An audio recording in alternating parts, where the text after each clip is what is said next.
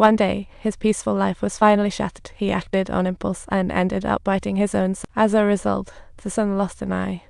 The lawyer warned Paul not to trust a criminal. Who knows what's going on in their heads? The lawyer's words came with a side of racial discrimination. To thank Coffee for saving him, Paul chose to give him a gift, a homemade cornbread. Kind Coffee shared the bread with Dale and Little Jingle, but wisely skipped William. William cursed Coffee and Splash spit at Paul, but Paul let it slide. From then on, William seized every opportunity to bully the others, but they weren't having it. They struck back. Whenever William messed up, others were sent to the solitary confinement for reflections, straight out of a soap opera. Eventually, he realized he wasn't exactly trustworthy. Taking the janitor's lunch break, William bought a biscuit for 5 cents, stuffed it in his mouth as the deputy warden checked. Predictably, William got tossed into the solitary again. The next day, Paul opened Dale's cell, and word had spread about his mouse-taming skill. The prison even organized a performance. The politicians came to see it. After the show, Dale seemed to discover a whole new meaning in life. Little did he know those so-called politicians were actually Jingle in disguise as he slowly approached his execution day. Petch commended Dale's acting skills highly, however, Dale consistently maintained his vigilance towards him. At that precise moment, William abruptly seized Petch. Whispering nonsense in his ear, Paul quickly pulled his gun, and William let Petch go. He claimed it was all just a prank, but Petch was too terrified and warned everyone to protect him, or they'd all be losing their jobs. He threatened Dale, promising revenge soon. Dale's big day was approaching. Dale hoped Paul could take care of Little Jingle, and the deputy warden suggested sending him to Mouse Village. Now that's an idea. Keeping that the secret. Yeah, right, never gonna happen. He would be sent to Mouse Village, home to some amazing animal performances.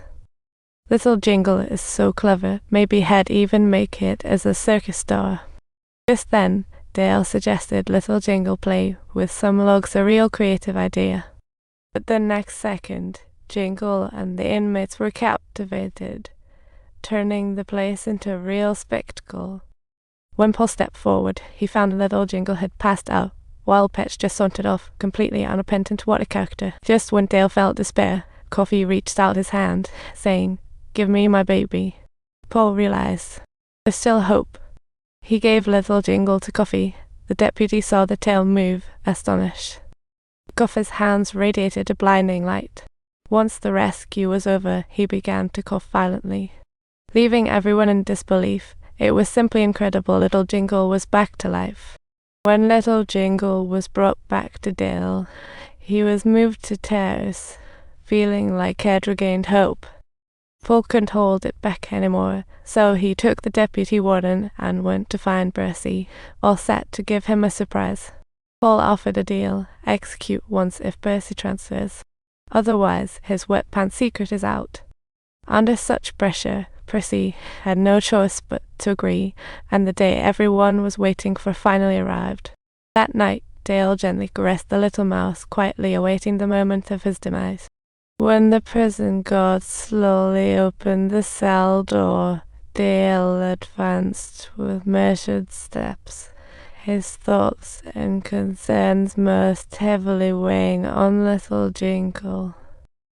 But when Dale finally arrived at the execution room, to his utter astonishment, he discovered that it was Percy himself who was carrying out the sentence. Truly didn't see that coming. Even at the door of death, Percy didn't let up.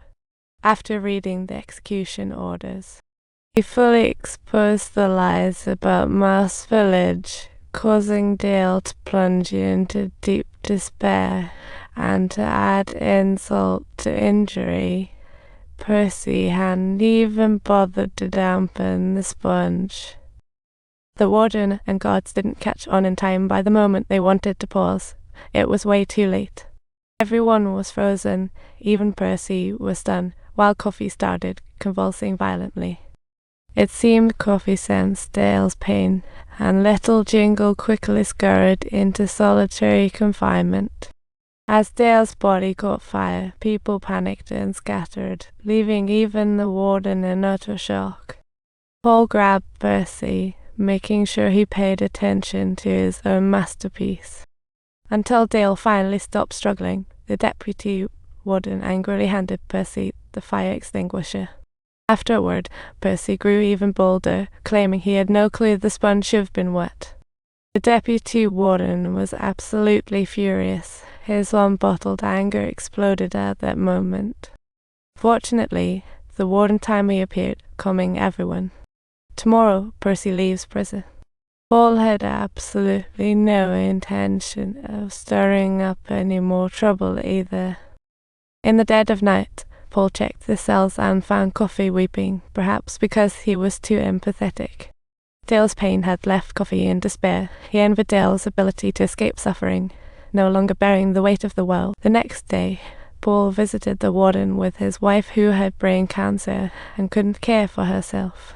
Sometimes her mind would become foggy and she'd blurt out some shocking statements.